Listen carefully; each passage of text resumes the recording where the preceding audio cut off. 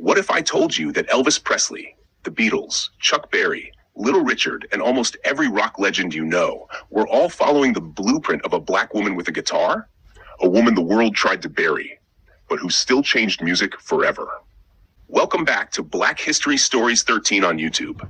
Before we begin, make sure you like, share, subscribe, and turn on the notification bell so you never miss one of these hidden back powerful stories from our past. Share this video with your family, your friends, your coworkers, because this history belongs to all of us. Today we're talking about Sister Rosetta Tharpe, the woman who practically invented rock and roll decades before the world gave it a name. Sister Rosetta Tharpe was born Rosetta Newman on March 20th, 1915, in Cotton Plant, Arkansas, deep in the heart of the Jim Crow South. Her mother, Katie Bell, was an evangelist in the Church of God in Christ, known as Kojic. This church encouraged women to preach, sing, and, yes, play instruments. From the time Rosetta was 4 years old, people knew she was special. She wasn't just singing gospel, she was mastering the guitar, an instrument women weren't supposed to touch, let alone dominate. By age 6, she was performing alongside her mother, traveling across the South, astonishing crowds with her voice and her blazing guitar. People thought, how can a little girl play like that? Her mother knew the answer. God had placed a gift in her hands. But it wasn't just churchgoers who noticed. Promoters and musicians across the country were already whispering about the little girl who could outplay grown men. New York City rise. In the 1930s, Rosetta and her mother moved to Chicago, then to New York City, at the center of American music. At just 23 years old, she signed with Decca Records and made her first recordings in 1938. Rock Me, That's All, This Train. These songs were gospel at their core, but the rhythm, the swing, and the electric guitar, that was something entirely new. People had never heard gospel played with that kind of fire. Her guitar wasn't gentle, it wasn't soft, it roared. That sound, that combination of sacred lyrics with secular grooves, became the earliest building block of rock and roll. And she did it in 1938. That's almost 20 years before Elvis even recorded his first song. As Rosetta hit the mainstream, she did something unheard of. She brought gospel music into nightclubs. She performed at the famous Cotton Club. She played with Duke Ellington and Cab Calloway. She turned sacred music into stadium rock energy. Church folks said she was too worldly. Nightclub owners said she was too gospel. But Rosetta didn't care. She had a sound the world wasn't ready for, and she was determined to bring it to the stage. Her guitar style featured heavy distortion, fast rhythmic strumming, sharp string bends, showmanship that predated Elvis by decades. When audiences saw her, they screamed like they were at a rock concert. Because they just didn't know it yet. Let's be clear, Rosetta Tharpe was not influenced by rock and roll. She influenced rock and roll.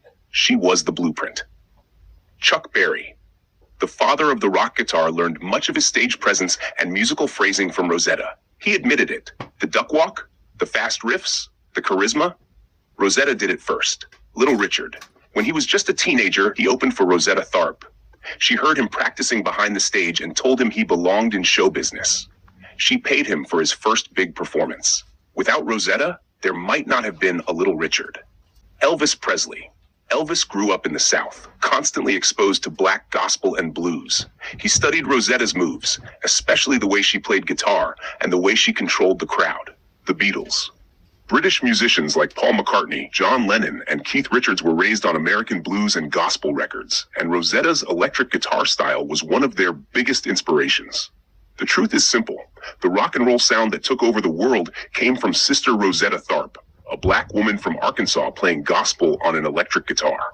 Rosetta should have been a global superstar. So why did history give her credit to other people?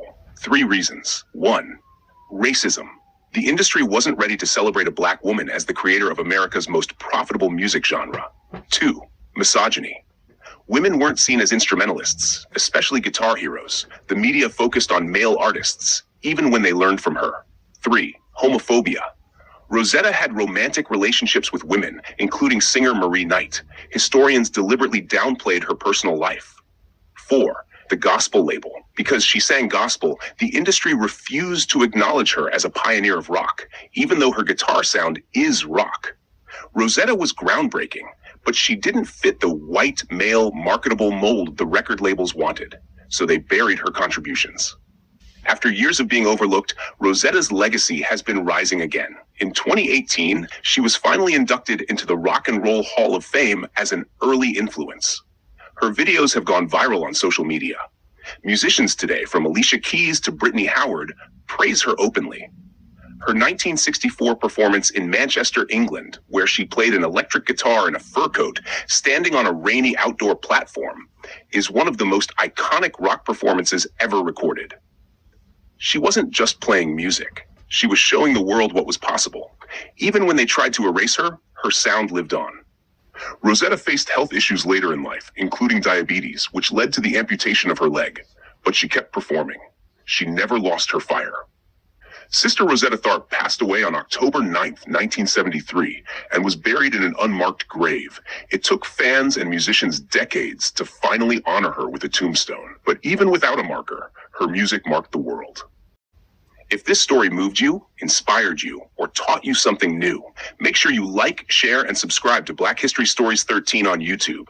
Hit that notification bell so you never miss another powerful, hidden, and unfiltered piece of our history.